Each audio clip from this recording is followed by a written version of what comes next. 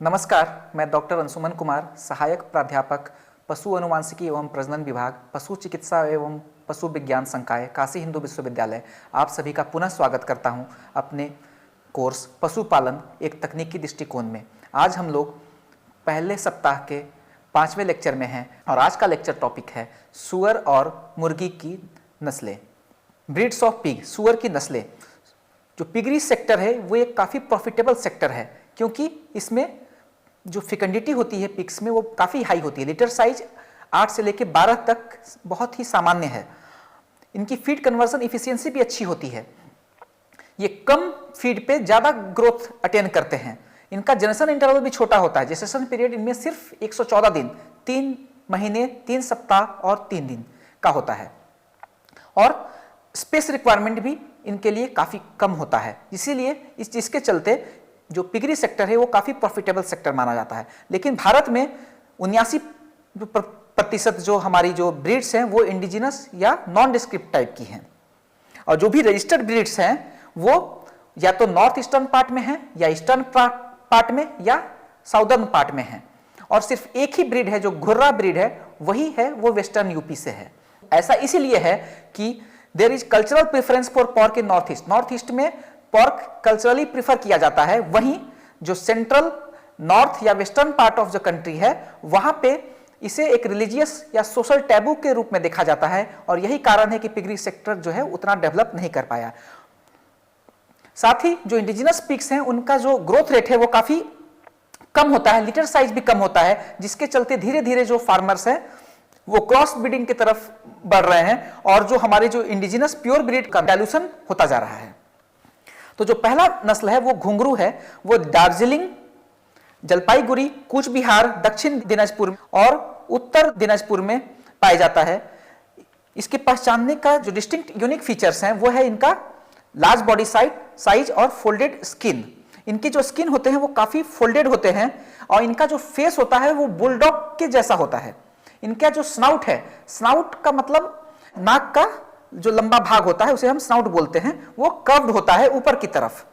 और इनके जो कान होते हैं वो पेंडुलस होते हैं और हार्ट के शेप में होते हैं, जैसा कि एलिफेंट के ईयर्स में होता है वैसे ही इनका भी कान होता है। इनका जो पेट होता है वो बाहर की तरफ निकला हुआ होता है, जिसे पॉट बेली कहते हैं। नियांग मेघा मेघालय की नस्ल है, और इसके जो फोरहेड है उस पे स्टार शेप्ड की व्हाइट मार्किंग होती है, और व्हाइट मार्किंग इनके हॉक जॉइंट पर भी देखने को मिलती है। इनकी जो पूंछ होती है वो लंबी होती है और हेयरी होती है, और इनका भी जो स्नाउट होता है वो लंबा होता है, और इनके जो कान होते हैं वो खड़े होते हैं। जोआक मिजोरम की एक नस्ल है, और इसका जो कोट कलर है वो ब्लैक होता है। इसके जो पैर होते हैं वो सफेद होते हैं। इनके मिड लाइन, इनके डॉर्सल जो मिड लाइन है उन पे ब्रिसल्स होते हैं। ब्रिसल्स एक तरह का हेयर होता है जो काफी स्टिफ होता है। इनकी भी पूंछ जो होती है वो काफी लंबी और हेयरी होती है। इनके जो स्नाउट होते हैं वो लार्ज और कनकेव होते हैं, अवतल होते हैं। डूम नस्ल आसाम के धुबरी, कोकराझार और बोंगाई गांव में पाई जाती है। इसका जो कोट है वो या तो काला या तो धूसर या ग्रे कलर का होता है।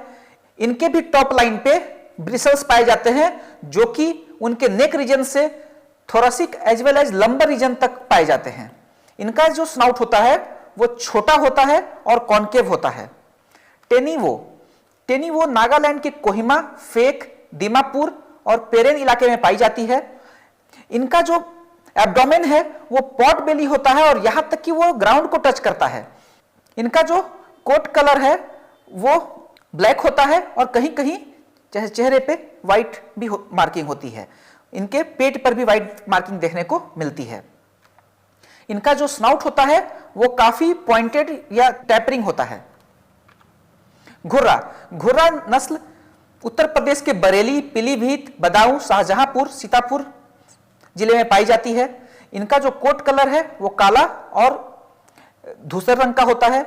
इनका जो पिछला पैर, उसमें हॉक के नीचे का जो पोर्शन होता है वो सफेद होता है। इनका जो फेस होता है वो ट्रायंगुलर होता है। इनका जो पेट होता है वो फ्लैट होता है, ये निकला हुआ नहीं होता है।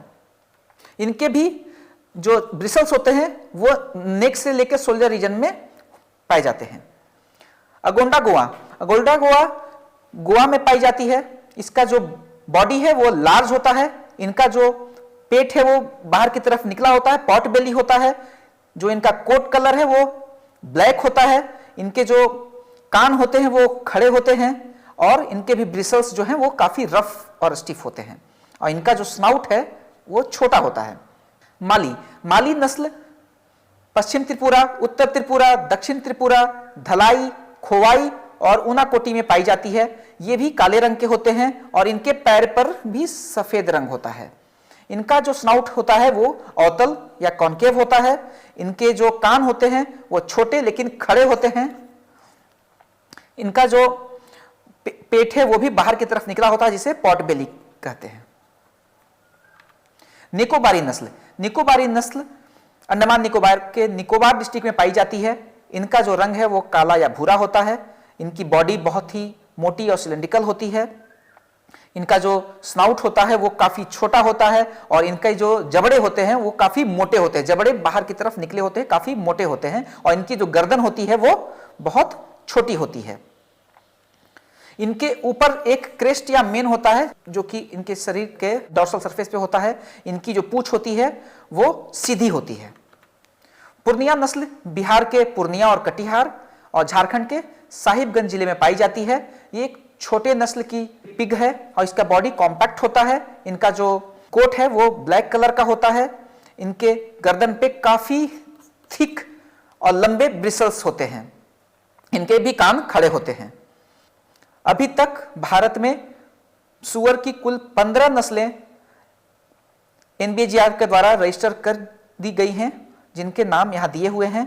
जो नस्ल अभी तक हमने पढ़े उनके अलावा बांदा नस्ल झारखंड में, महाराष्ट्र में करकम्बी, त्रिपुरा में माली, मणिपुर में मणिपुरी ब्लैक और मेघालय में वाक चांबिल नस्ल भी पाई जाती है।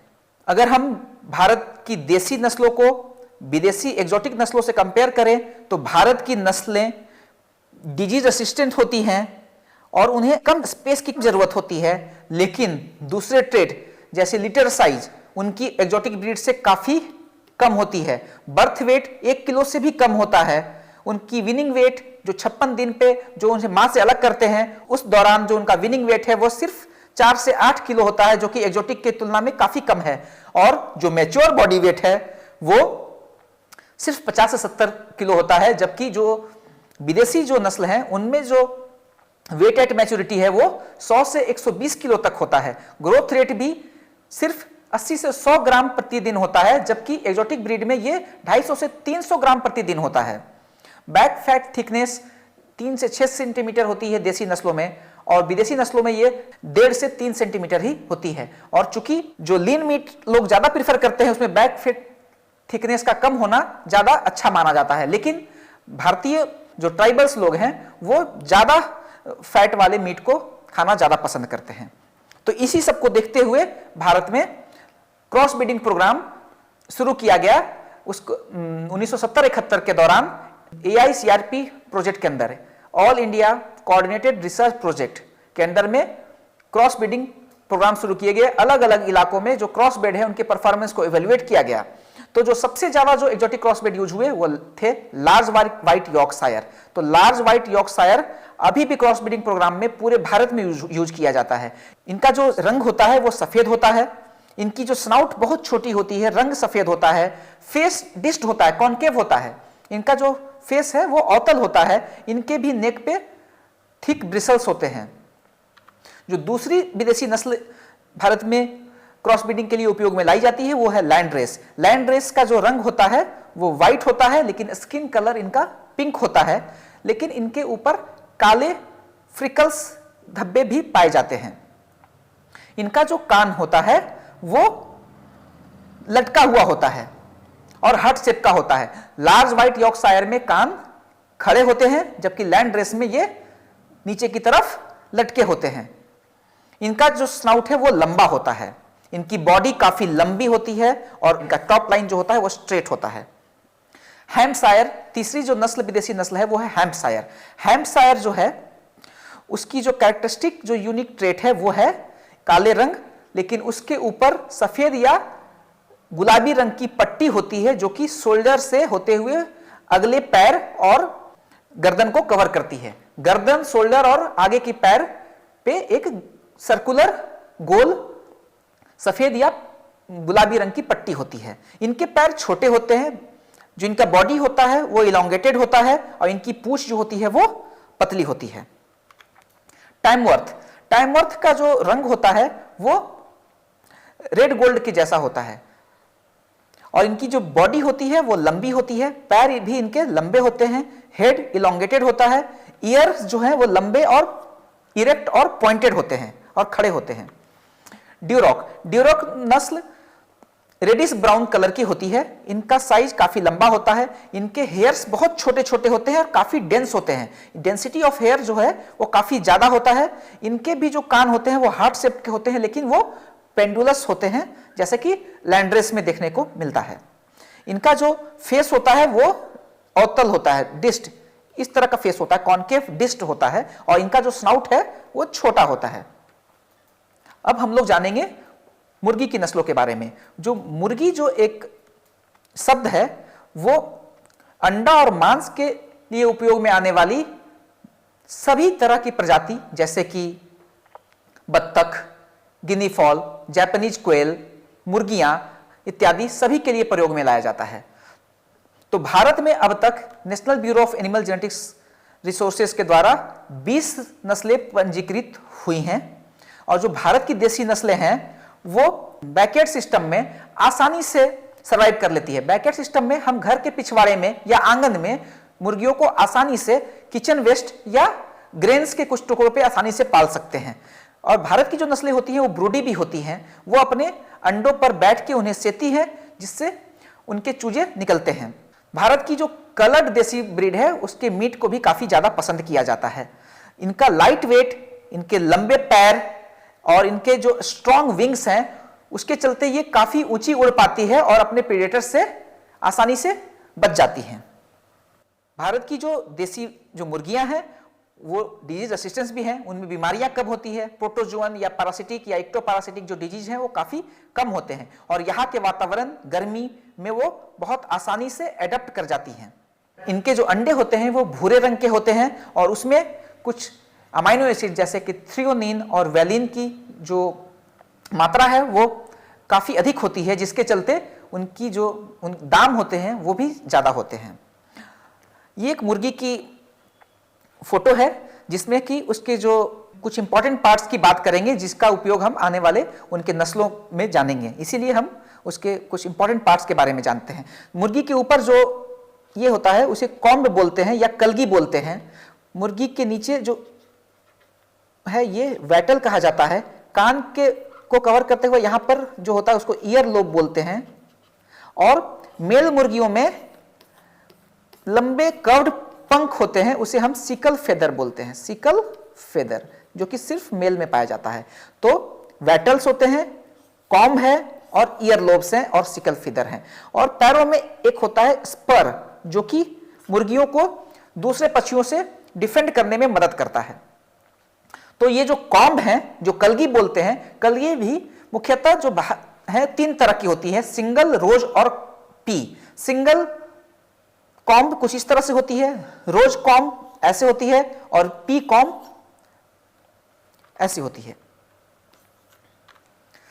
तो भारत में अब तक जो 20 मुर्गियों की नस्लें पंजीकृत हुई हैं वो हैं अंकलेश्वर, अरावली, असील, बुसरा, चटगांव, डांकी, दाऊदथीगीर, घाघस, हंसाली, हरिंगघाटा ब्लैक, कड़कनाथ, कलस्थी, कौनायन, कश्मीर फेवरोला, मेवाड़ी, मिरी, निकोबारी, पंजाब ब्राउन, टेलीचेरी और उत्तरा।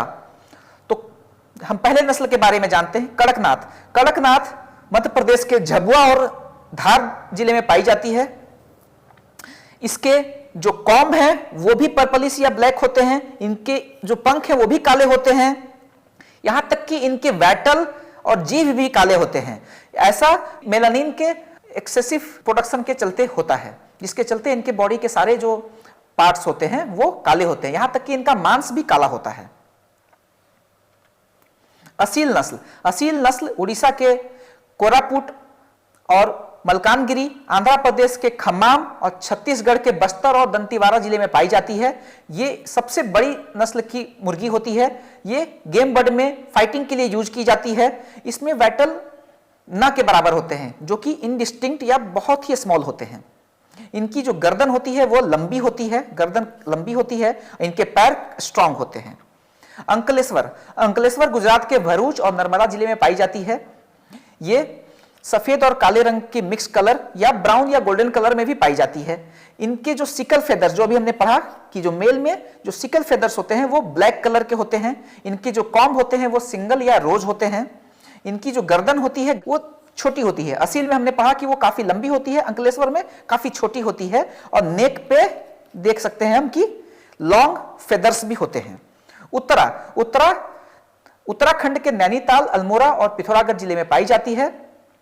इनका रंग काला होता है और इनके पैरों पर भी बाल होते हैं। इनके जो वैटल्स और जो कॉम्ब है वो लाल रंग के और काफी बड़े होते हैं। हरिंघाटा ब्लैक वेस्ट बंगाल के उत्तर 24 परगना और नदिया जिले में पाई जाती है। इनका जो पंख होता है वो काले रंग का होता है।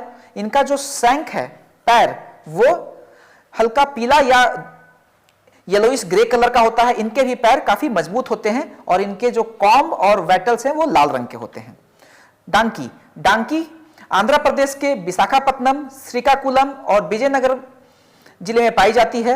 ये भूरे रंग के होते हैं, लेकिन इनके जो प्लूमेज है, उनके जो पंख हैं वो पैचेज में होते हैं। कहीं पंख होते हैं, कहीं नहीं होते हैं, तो ये पैची प्लूमेज होता है।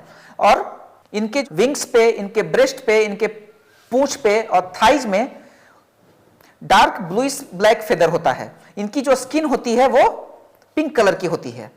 इनके जो गर्दन है वो काफी लंबी होती है। इनके जो बीक या चोंच बोलते हैं वो पीले रंग की होती है और इसमें भी वैटल नहीं पाया जाता है। चटगांव मेघालय और त्रिपुरा के आसपास के इलाकों में पाई जाती है। इसके बहुत सारे कलर हैं, जिसमें कि ये जो देख सकते हैं वो एक बार्ड कलर है। उसके अलावा व्हाइट, ब्लैक या मिक्स कलर भी पाया जाता है। नर में रोज कॉम्ब और फीमेल में पी कॉम्ब होती है।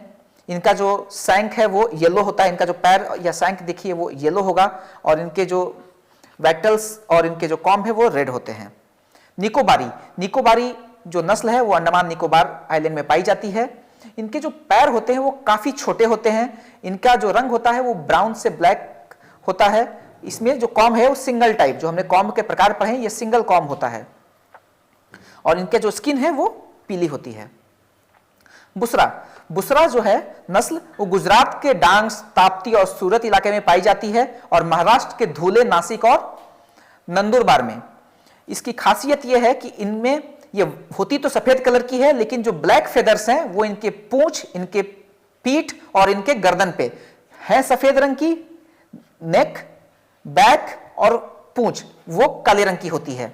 इनके जो पैर हैं वो काफी मजबूत होते हैं। इनके जो वैटल्स हैं और इनके जो ईयरलोब हैं, ईयरलोब देखिए, ईयरलोब यहाँ सफेद रंग का है, सफेद रंग का ईयरलोब और वैटल जबकि उनके लाल रंग, रेड वैटल्स और व्हाइट ईयरलोब। घाघस जो नस्ल है वो आंध्र प्रदेश के चित्तूर और अनंतपुर डिस्ट्रिक्ट में पाई जाती है और कर्नाटका के कोलार, बेंगलुरु देहात और चिकबल्लापुर जिले में। ये भूरे रंग की होती है। इसका जो पंख होता है वो ब्लूइश ब्लैक और काफी शाइनी होता है। इनमें जो कॉम्ब होता है वो पी टाइप का जो हमने कॉम्ब पढ़ा था वो इसमें पाया जाता है। इसके वैटल्स बहुत छोटे होते हैं और इनके जो शैंक हैं वो शैंक जो है वो येलोइश ग्रे कलर के होते हैं। कालस्थी आंध्र प्रदेश के नेल्लौर, कुदापा और चित्तूर जिले में पाई जाती है। इसका जो पंखों का रंग होता है वो ब्राउनिश होता है।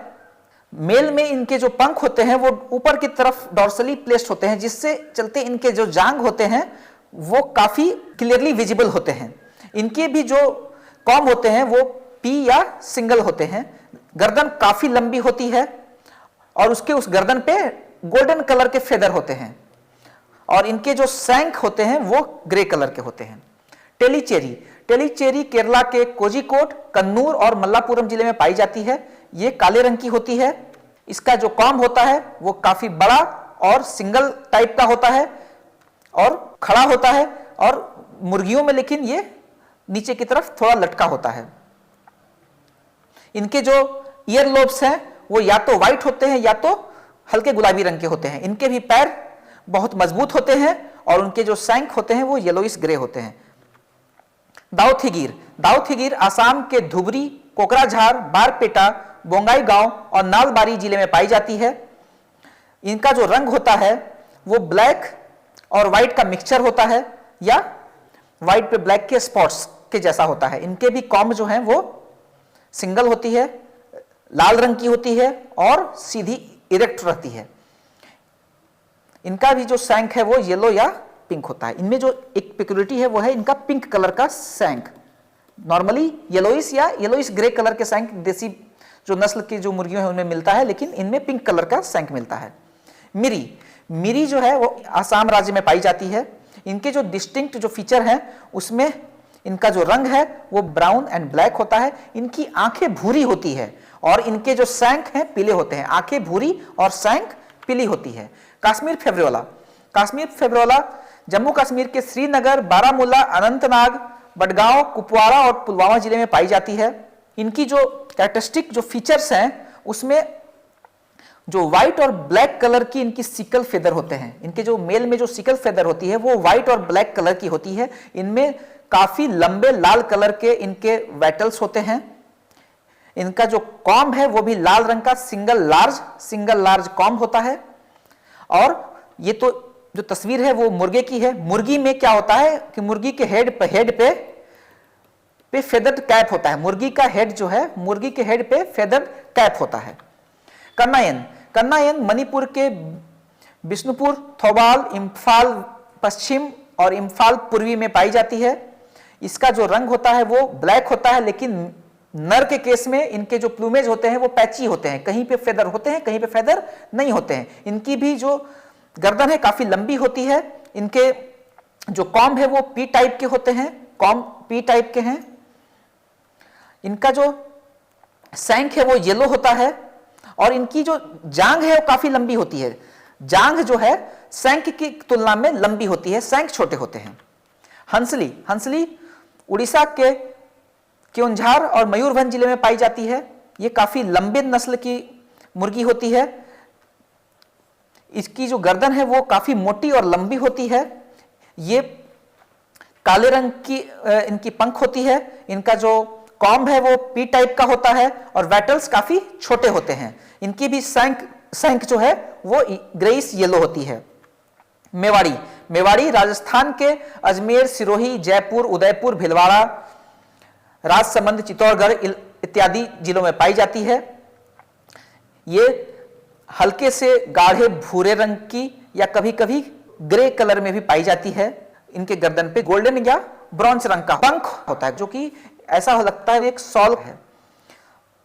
इनकी जो स्किन होती है वो येलो होती है और शैंक भी येलो होते हैं। इनकी भी लेग्स जो होती है लंबी होती है। पाती ब्रीड नस्ल असम में पाई जाती है। ये एक बत्तख की नस्ल है।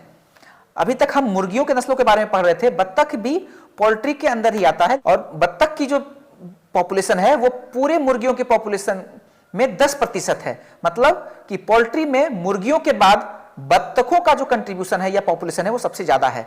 तो पाती एक बत्तख की नस्ल है। यह असम में पाई जाती है।